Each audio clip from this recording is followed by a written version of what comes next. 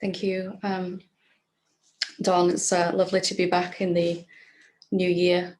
Feels like a very long time since I was here, but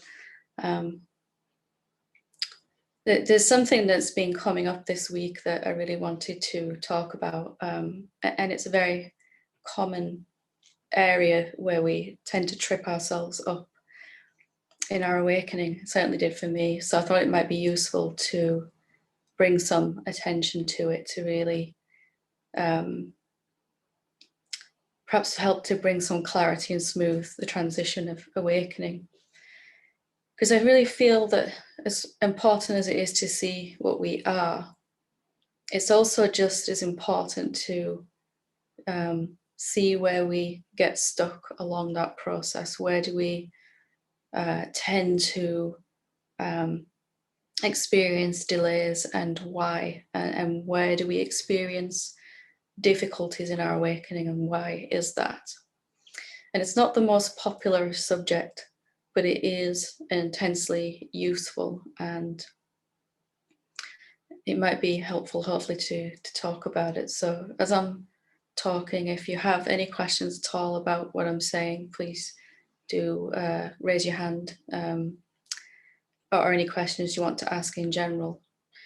There's a strange thing that happens for most of us, that when our awakening begins to progress and deepen, when we really begin to see what we are, the very next thing that seems to happen is that these old patterns that we have, old ways of moving around in our life, the ideas that we have as separate beings, they really seem to come to the surface much stronger than perhaps they did before we even had a seeing.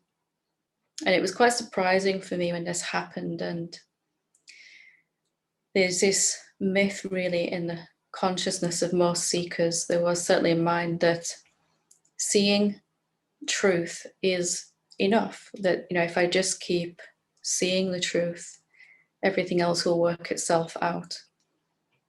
But it also really serves us to really look at what our ego is, why it persists after awakening, and sometimes after a big seeing, how and why it's really coming forward in a much stronger way.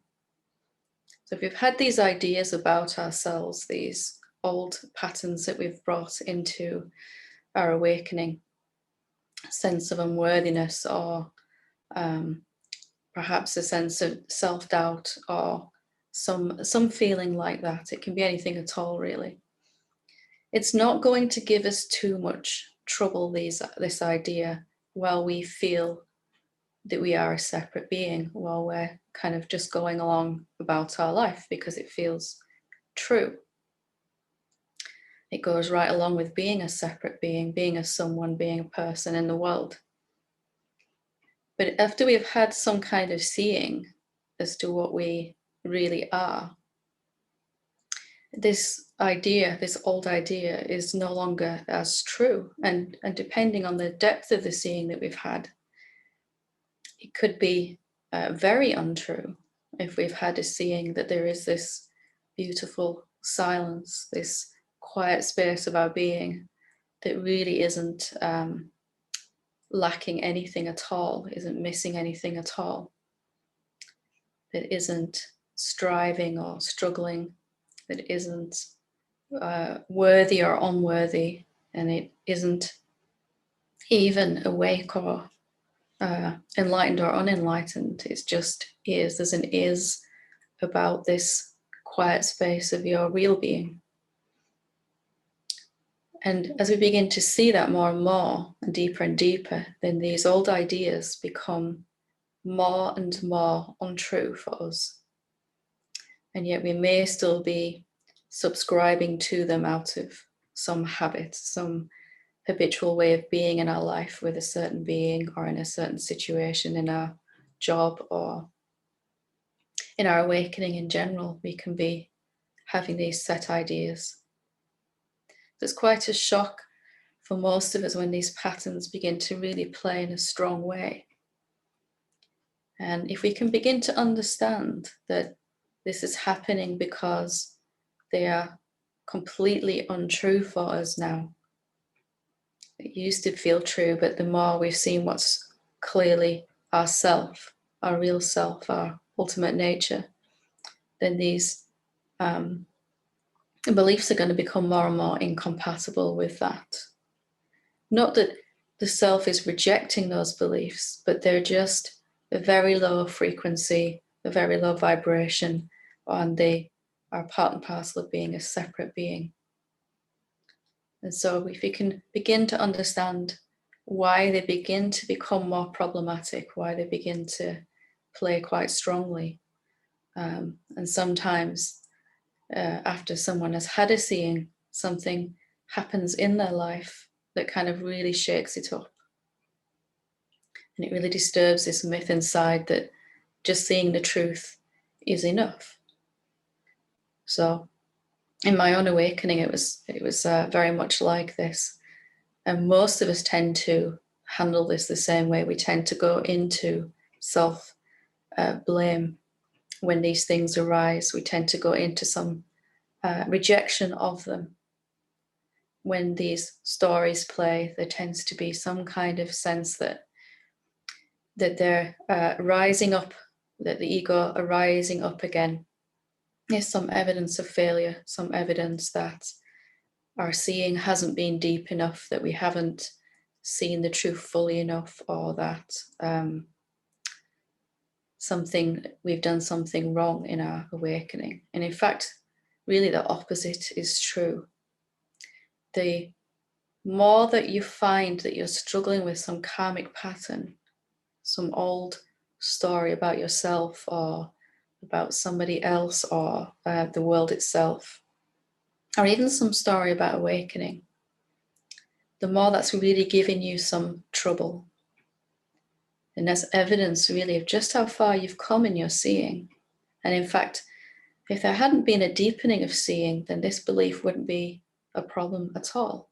Most of us have carried these stories for a very long time, and they've not really given us too much trouble until we really start to wake up. So it's a really simple thing, but it's profound to realize that these challenges seem to get bigger because we might be in a quite advanced state of awakening, and that they're happening because of some success in our seeing, some willingness to see. And as much as we all tend to think that we're willing to see these old stories, for a lot of us that is a learning process again, to want to see them, to want to work with them, to want to look at them dispassionately, to want to look at them without identifying with them, without believing them.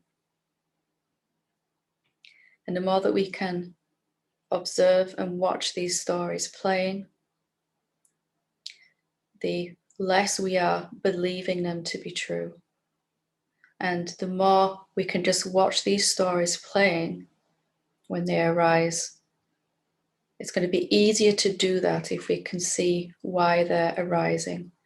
If our main story around the stories, if the way that we're holding them when they arise, some strong emotion or some barrage of thoughts or something that happens in our experience, if our main way of holding those is that they shouldn't be occurring and that they mean that we haven't seen, we're not awake enough yet, then we're missing a really golden opportunity. If instead we can see these are happening because my seeing has deepened and they're just so much out of alignment now with what I've seen myself to be, that they're really beginning to cause a problem in my energy. They're really beginning to restrict the flow of life force that's faster and faster through the body the more that we've seen what's true. Then we can begin to really work with them in a better way. And I know that I've said this before, but it really does us all good to hear it again, myself included, that when something arises, it's arising because it's telling us, look, I'm no longer in alignment with what you know yourself to be. It's time to look at me from and as the self. It's time to look at me, this story, from a neutral place where we're just observing. We kind of go around this whole cycle, first completely believing these stories as a separate being. And then we put some time and effort into seeing what we really are, and we'll see that these stories aren't true. We'll see that beautiful silent space, which isn't really describable with any story at all. And we may have a deep seeing that no way we try to describe ourselves is ever really adequate for that real self. And then this final step is to really cultivate our willingness to look at these stories again from the self, as the self, where we're not judging them when they arise, when we're not pushing against them when they arise. And for most of us, that's a work in progress. And it helps to really come to understand why they're popping up. It's a great shock to me that after some series of seeings that I'd had, that I was never a separate person ever, and that really became clear, and ever had been, that these old stories didn't just kind of stop, they didn't come to an end by themselves, that it took some willingness to really go back and look at them and see that they're not true, to be able to look at them without identifying. What does it mean to identify with thoughts, stories? It's really how much attention goes there automatically based on how much we believe those to be true, how much the amount of attention that goes to some thoughts that arise is really indicating to us how much we still believe that story to be true, that we're telling ourselves. And we all have these stories about ourselves, about our awakening, about the progress of our awakening, perhaps comparing our awakening to other beings, comparing it to the famous beings that have woken up in the past, or today's contemporary awakened beings. All of these stories are used to kind of assess our progress, and they'll come up much stronger sometimes. So it really pays to be ready for this and to be able to hold it in the right light. Almost as if we have to be willing to see what we are and then see what we're not, and to be able to look at it without identifying. Here's something I would have thought was true, and some part of me still feels it's true because some attention goes to it, but the greater part of me can observe this, can just watch this story playing, notice the story and allowing it to just play unrestricted, to let it to say whatever it wants to say, and just observing as the self itself. So this is a vital step to really understand, and one that really can slow down and make our awakening extraordinarily painful if we're not able to fully understand why it's happening. It's not evidence of failure. It's actually evidence of a very advanced stage of self-realization, of awakening. And if we hold it in that light, it doesn't feel like it, but if we hold it in that light, we're going to come through it much quicker. We've seen what we are, and then we have to just get clear on what's not true, to sort through the rest of our mind stories that will be offered to us, stories that we've subscribed to many, many times, watch the same old movie, and then we'll just be given this chance to unsubscribe from these old ways of seeing ourselves or the world, or some other being in our life, something that we want or don't want.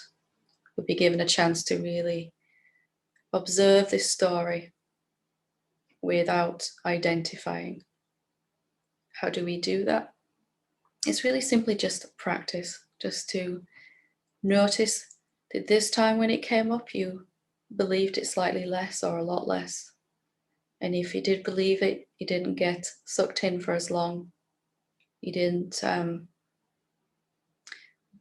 subscribe to it for days or weeks or months, maybe just a couple of hours before you realized this is not true. Actually, I don't know why I'm giving attention to this.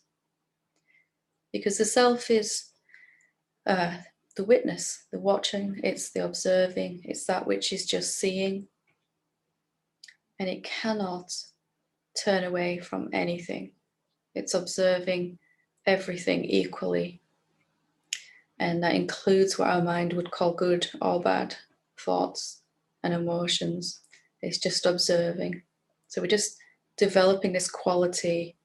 We've gotten really good at observing what we actually are, to whatever degree we've worked upon that, whether through meditation or self-inquiry, or we've had some seeing reveal itself to us at some spontaneous moment. If you're one of those lucky people that have some of those, most of us have to kind of really dig deep with our inquiry. And then once we've recognized that witnessing quality that we are, we have to turn that back upon the mind, but in a way where it can't get caught again. We can't get caught believing these stories about ourselves. So I hope that is a helpful way to look at this. And if anybody would like to ask any questions or share any examples of that, I'd be more than happy to have a dialogue. It's the most misunderstood part of awakening, certainly was for me, as to why it is and how to move through it. So, okay, we have Avishag, sorry if I've pronounced that wrong. Whenever you're ready, if you'd like. Hi, how are you doing? Good, thank you. So you actually have in this talk addressing this edge that I'm dealing with, because for quite meditating, it's been this process of seeing that this isn't true or this isn't so. And then meditation came in because I'd gone as far as I could without meditation. So life introduced me to it. And it seems that even right now, I let go of this uptightness that sort of kept me on track no matter what came up. And now the argument that comes up is that maybe I just need to lighten up more, and I don't need to put so much discipline into this practice. Like if I lighten up, that life will just reveal itself to me. But there's this concern that I'm just going to go back into some sort of, or not go back into, but create some sort of new distorted thinking. So I'm sort of being cautious, like trying to find that understanding and that clarity so that I can rest in that. And yeah, I'm not really sure. It was very reassuring to hear that, okay, all this work I'm doing is not just me doing it the hard way. Mm-hmm. And that there is this process of unfolding that just has to happen, or in maybe for the majority of us. Because I had a lot of insights when I was a child that focused my direction of how to engage with life. And so it seems like my life has been guided to self-inquiry. Yeah. That's what makes me happy. So at least I have that keeping me on track. Yeah. It's very common that there's this period of quite intense activity that at first is kind of born out of suffering, isn't it? There's kind of this real strong desire to stop suffering. Of course, we all have. So a lot of our spiritual work is coming from that place. But there's a subtle shift for most of us when we've kind of got more in a habit of observing and welcoming things when they come, when we can, it might actually feel like a little bit easing up on the gas, so to speak, but it's really just, it's becoming more of a habitual way of living, isn't it, rather than something we're having to sort of push. At first, if we don't inquire or look at these things, we just go back to sleep, but once you've done a certain amount of that, it becomes more of a habit. It kind of feels like a lightening up or a lessening, or something like that. Yes. But there's also this, I think that these other part where it's like, so sometimes I think it's this oddness of the same words but meaning different things. So some people might say this idea, oh, if I just get that, I'll be happy. Well, I'm not quite having that. I'm having the sense that I know that when I release this, I will have more clarity and ease, and there will be more, it's a certainty. And every time I've released, there's been more clarity and ease. Yeah. Like I take more refuge in just the I guess the Dharma, because I know, and there's more clarity. So it's the same words meaning different things. And so sometimes I get like, oh, am I like in some distortion again? And I just didn't understand, or they're just talking to a different way of thinking about that.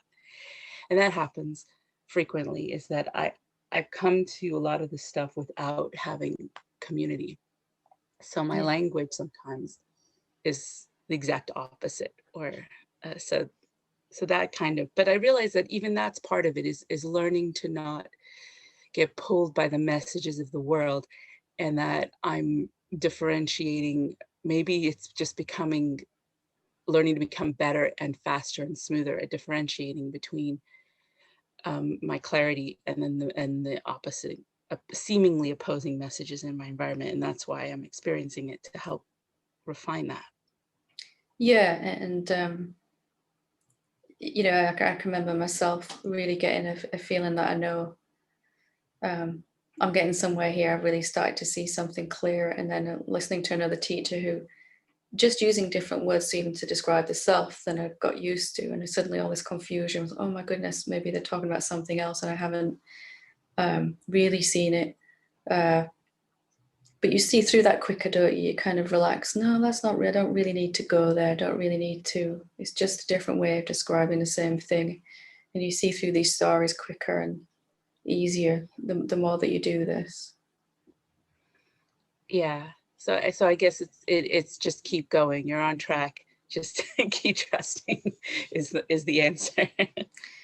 Yeah, and just to really recognize that your own heart is always going to be guiding you better than anybody else.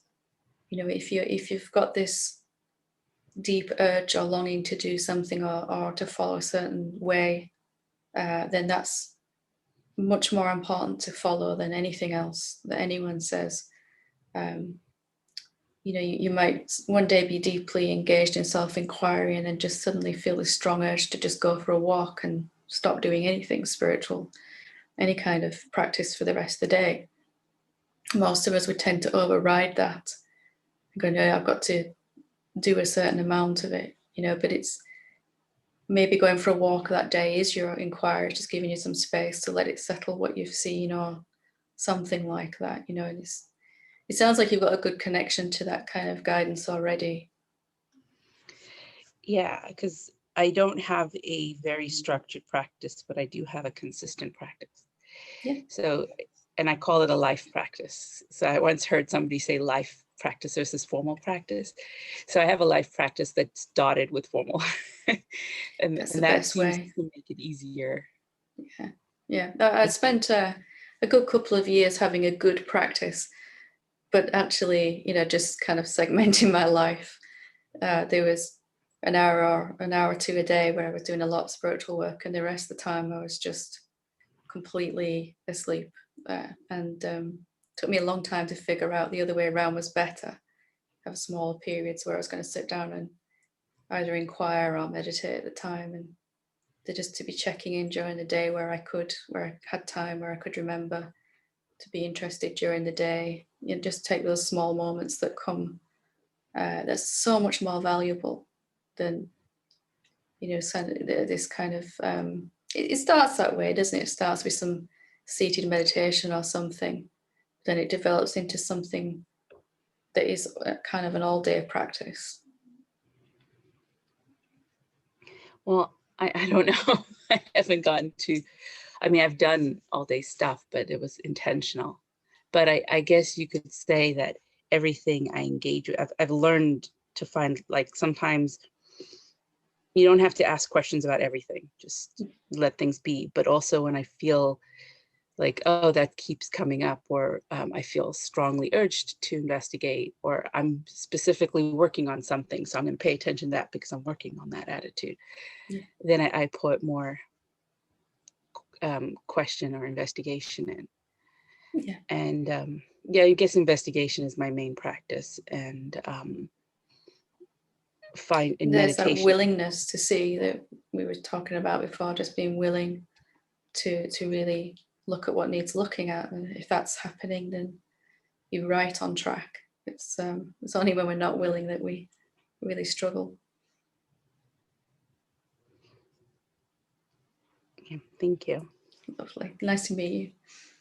You as well. Thank you. Sophie, when you're ready.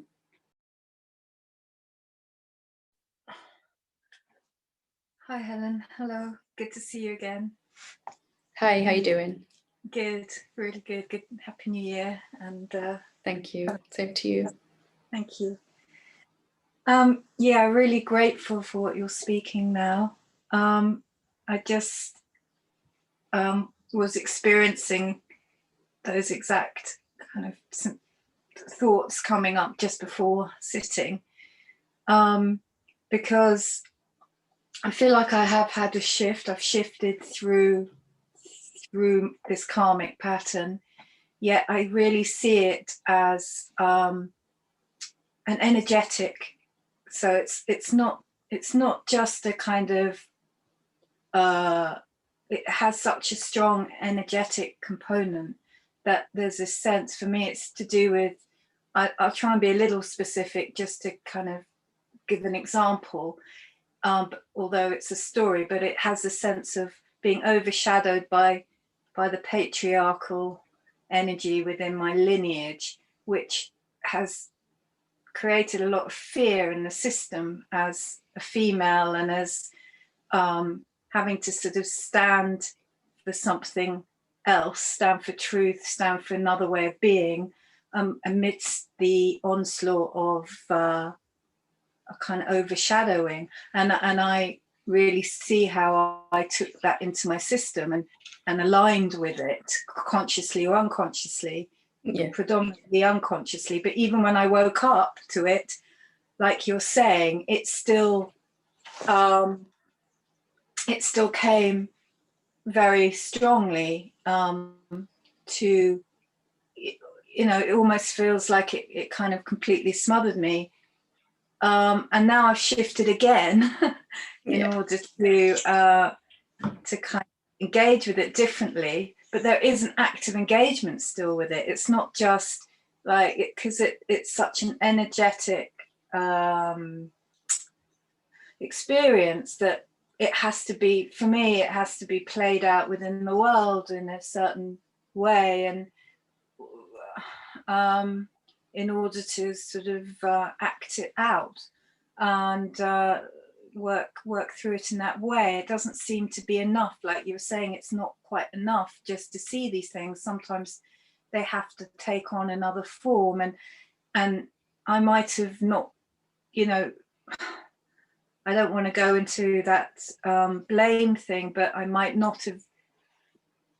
I've made, you know, things have got a bit more complicated now than they were before, but I still feel this urge to address it very sort of dynamically, and it is an energetic thing. It's like, I know it's kind of mirrored in the world of what's going on in the world with this sort of seeming domination of, you know, structures being kind of dismantled, and ones that were very kind of controlling or oppressive structures that are happening globally are coming into sort of, you know, are being addressed in this through a new light. And so yeah, I haven't. Are you able to kind of watch this when it comes up, when it kind of plays? Are you able to just observe it or there's a kind of identification with it still when it plays? It still feels like it's my karma as some sort of self in a story that has kind of had to do this particular path in this way, yet there's also simultaneously and quite radically at the moment this real, like, even though the feeling of it is very contracted, there's this sort of thing of like, well, it just can't touch who I am. It will never touch who I am, even though it tries very strongly to impose itself. But there's such a sort of energetic seeing now that it can't. So in that respect, there's more wakeness in it, and more clarity, and more observation. But it's still there'll be a mixture for a while. There'll be some part of you identifying with it, and some part of you more and more that's just kind of able to just watch it. The identification gets less each time it goes around, doesn't it? You're kind of believing it less and less. And as that happens, you're much more able to take any appropriate action that needs to be taken around the situation in the world, in your world as it's happening. You know, it gets clearer then, hopefully, to be able to do that. So that's somehow that seems to be the way to really embody the truth of it, rather than just doing it through meditation, because that didn't really work sufficiently. It's we eventually end up back at having to look at it, don't we, and just being able to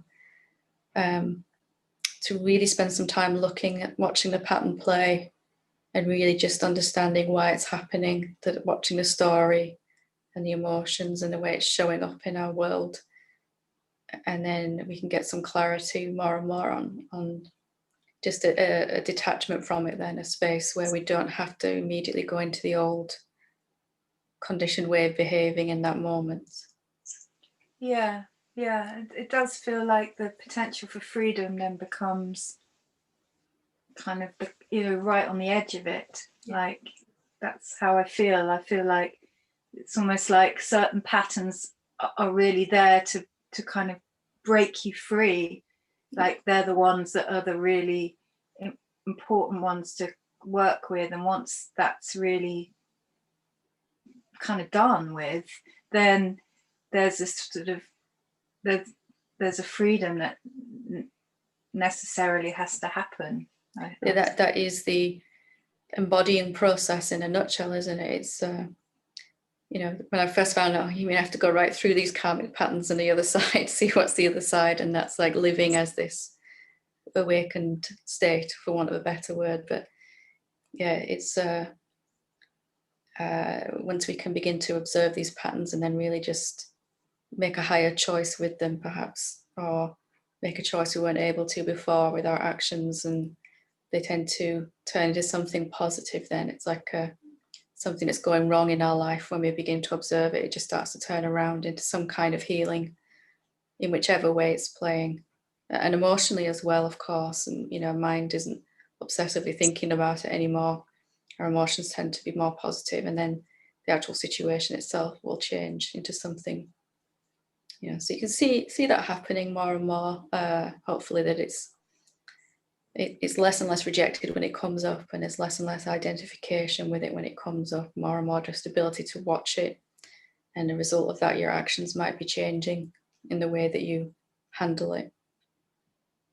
Unless you're not in fear in that way, because there's a kind of an impersonal sort of strength that comes through it. Definitely. Yeah. Good. Thank you so Very much. good. Thanks for sharing. Lovely. Good to talk to you. Yeah. Okay, Ian, whenever you're ready. Hi, can you hear me? Yeah, I can. Yeah. Hi. My question's about when you were talking before, you mentioned about like following your heart and following your gut instinct, with whether to do a certain practice or not, or just go for a walk or whatever. I was just wondering,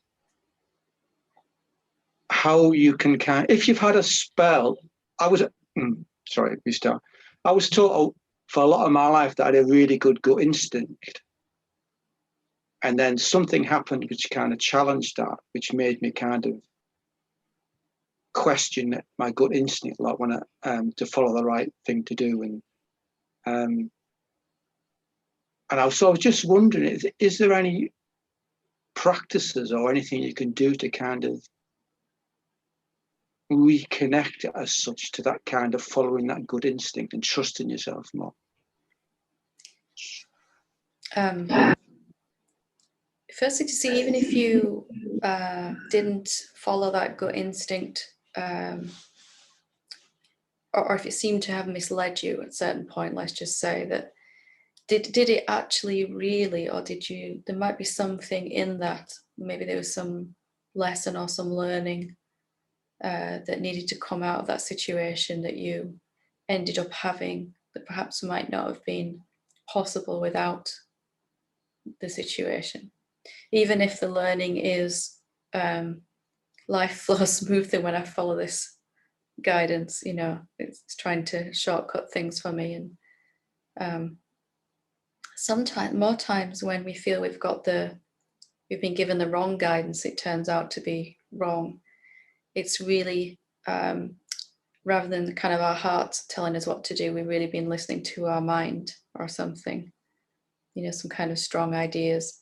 And sometimes it can be a little hard to tell the difference between the two when we're first starting out. And I think especially if we haven't had a taste of awakening, where there's just this kind of spontaneous knowing of the right thing to do in a moment, or knowing what is the wrong thing to do. But the practice really would be the same as always: meditation on what's true, and being willing to see what's not true is going to clear out these lower energies from the chakra system, from the body, from the emotions. And then it can become, guidance can become, instead of just like a instinct, it can become a whole body feeling. I don't know, you've probably experienced that already, that sort of sometimes your whole body gets excited about something. It just feels more alive when you think about one thing, and it just feels very tired when you think about something else. Or it's already giving you feedback, but that becomes more heightened. We say follow your heart, but it's not just the heart in the end. It's kind of a whole being thing, isn't it? More and more you've seen what you are.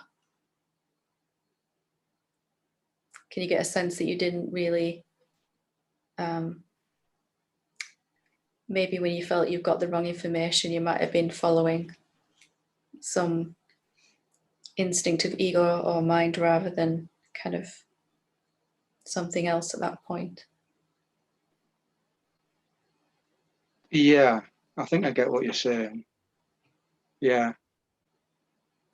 Mind can kind of say, well, you try this, you should do this, you should do that. And, a lot of the times we just follow that rather than when we're learning to discern the difference.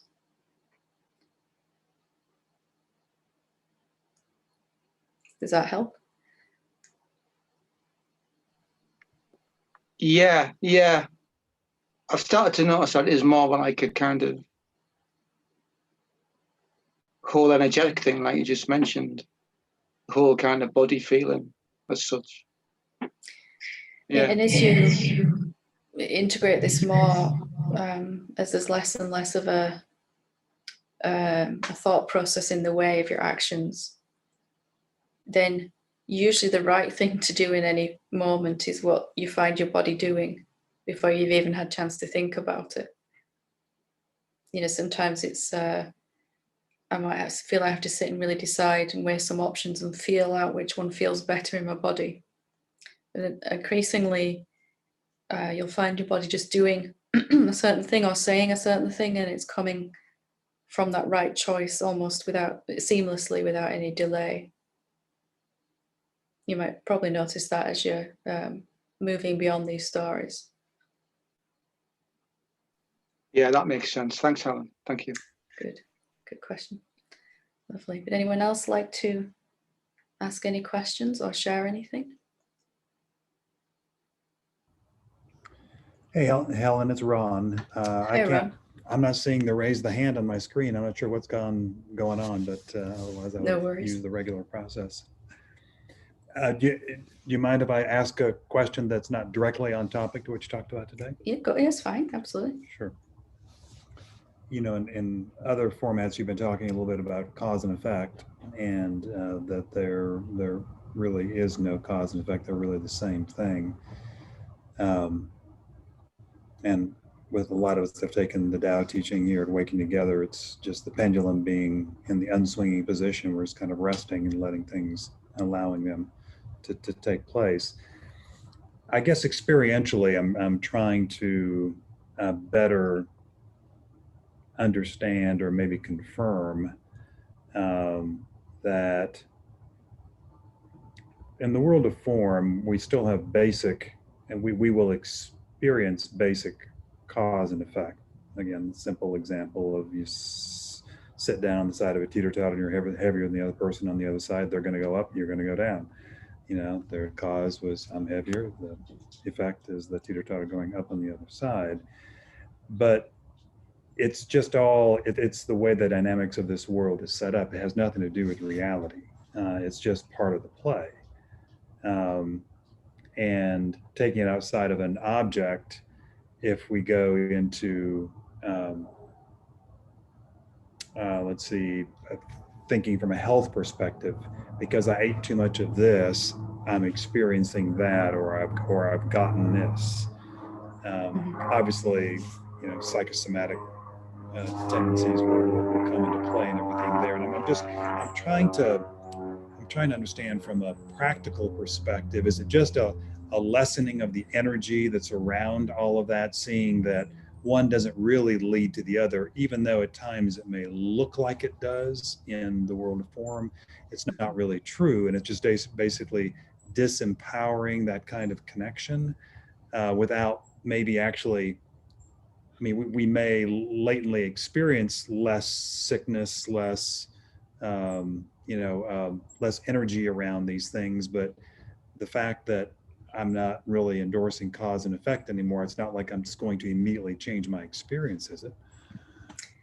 No, and that's been my experience that, just because I don't believe anymore that eating this certain thing is going to make me feel this certain way in a everyday example, it doesn't mean I'm going to suddenly indulge in eat. This thing is going to make me ill if I eat it. I used to have that real strong idea about wheat, for example. When I eat wheat, it made me really, really ill, and I really began to see that there was this strong belief in cause and effect. And so when I really began to see through that isn't really what's occurring, although it will always seem like it, then there's a natural, but there was a recognition that I was only eating so much wheat out of some kind of lower emotional vibration anyway, and I don't really tend to eat that much of it now.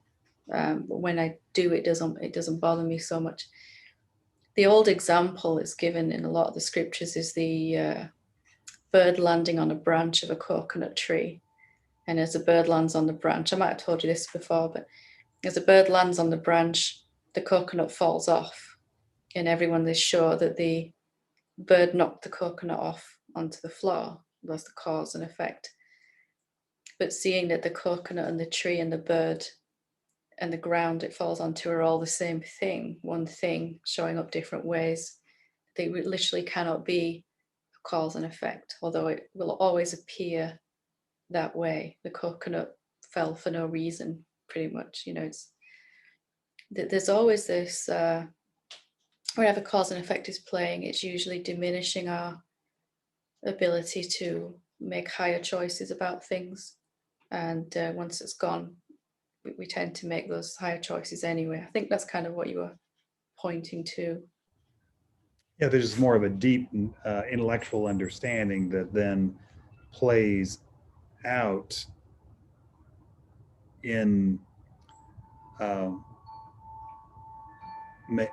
generally speaking, in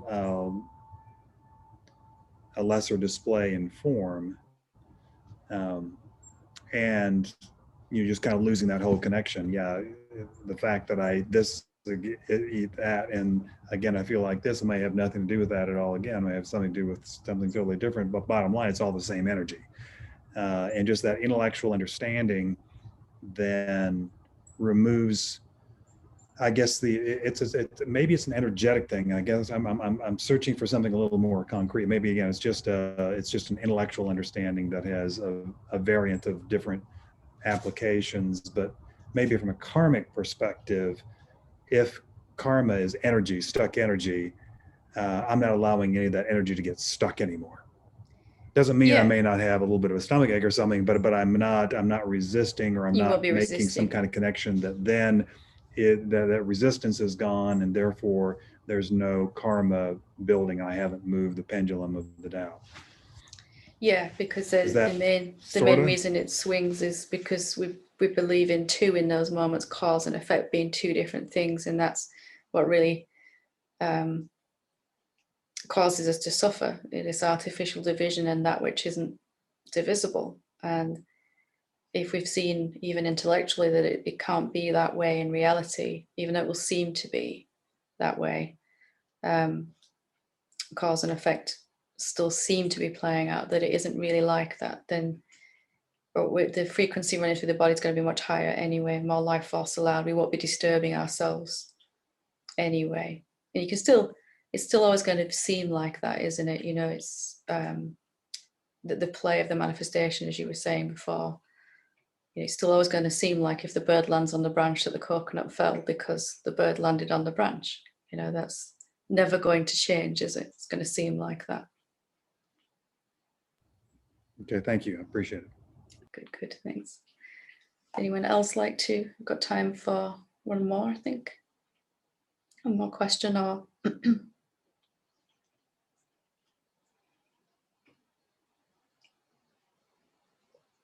or we could just spend a few moments sitting together. That'd be nice.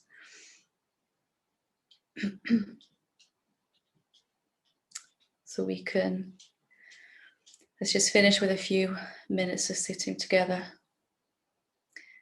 And we can just come into this moment if our attention has wandered away somewhere. Just to really ask ourselves, am I really present here, right now? Can I just stop any trying to get somewhereness in my being just for a few moments? We're just going to sit for a few moments, allowing ourselves to be adequate as we are right now here, to not be trying to reach for something. Maybe we can set aside trying to understand everything for now. You can just enjoy this beautiful moment that we have together. Let's just take a moment to just be here. And it doesn't matter if our attention wanders during this time. It's going to wander away every now and again. It's going to go with some thoughts or some emotion or some noise in your environment.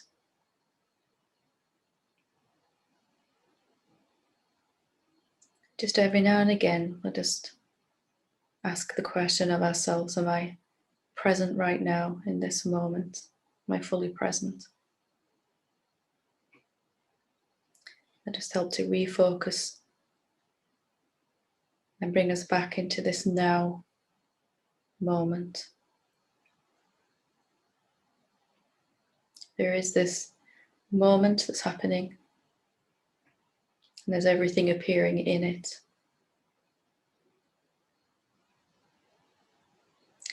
And we don't need to try to manage anything at all. We don't need to better ourselves or let go of anything.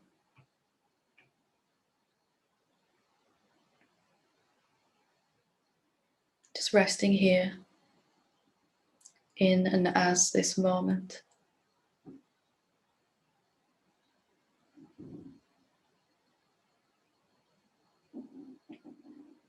Intuitively, we can feel that this moment isn't trying to achieve anything.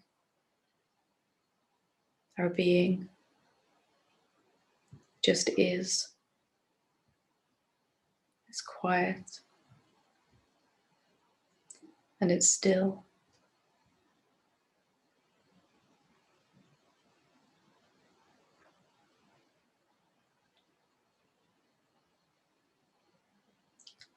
It really doesn't need to get anywhere at all.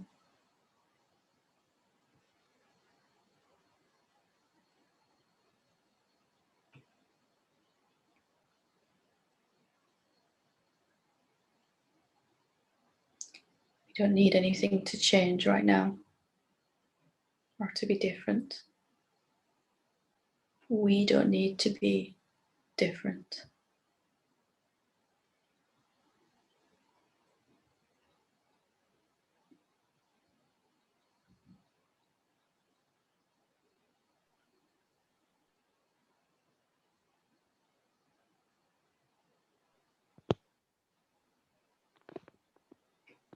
There are no problems here in this moment.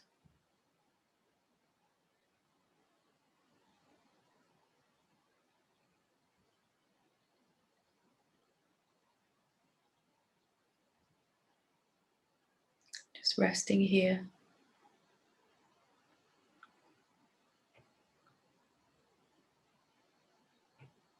Just letting thoughts come and go.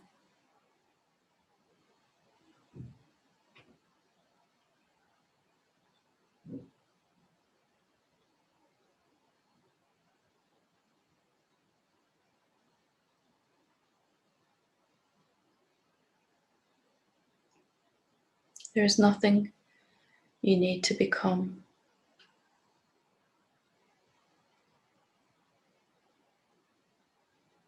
How you already are is enough.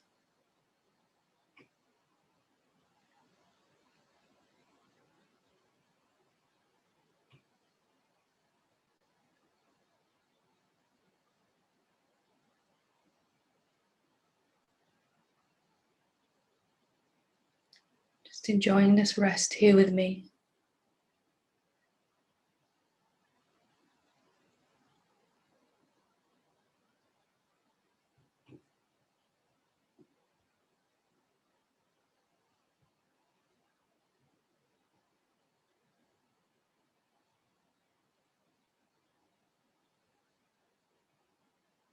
There's nothing missing from this moment at all.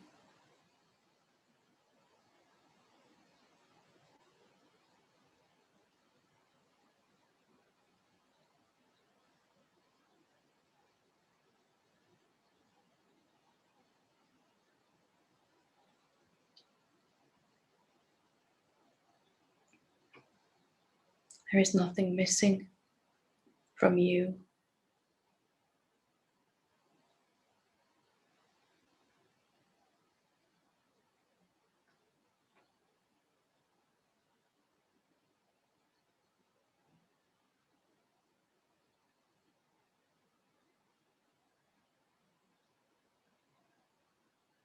Just feeling your own completeness, your own quietness, enjoying.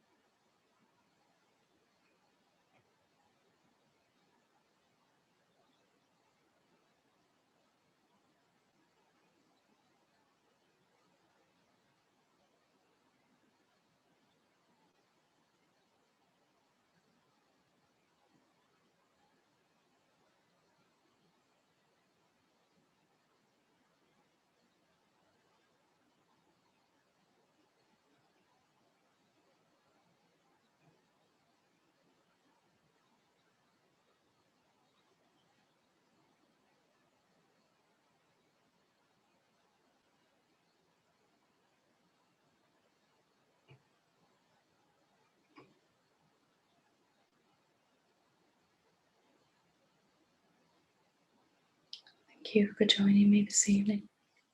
Namaste.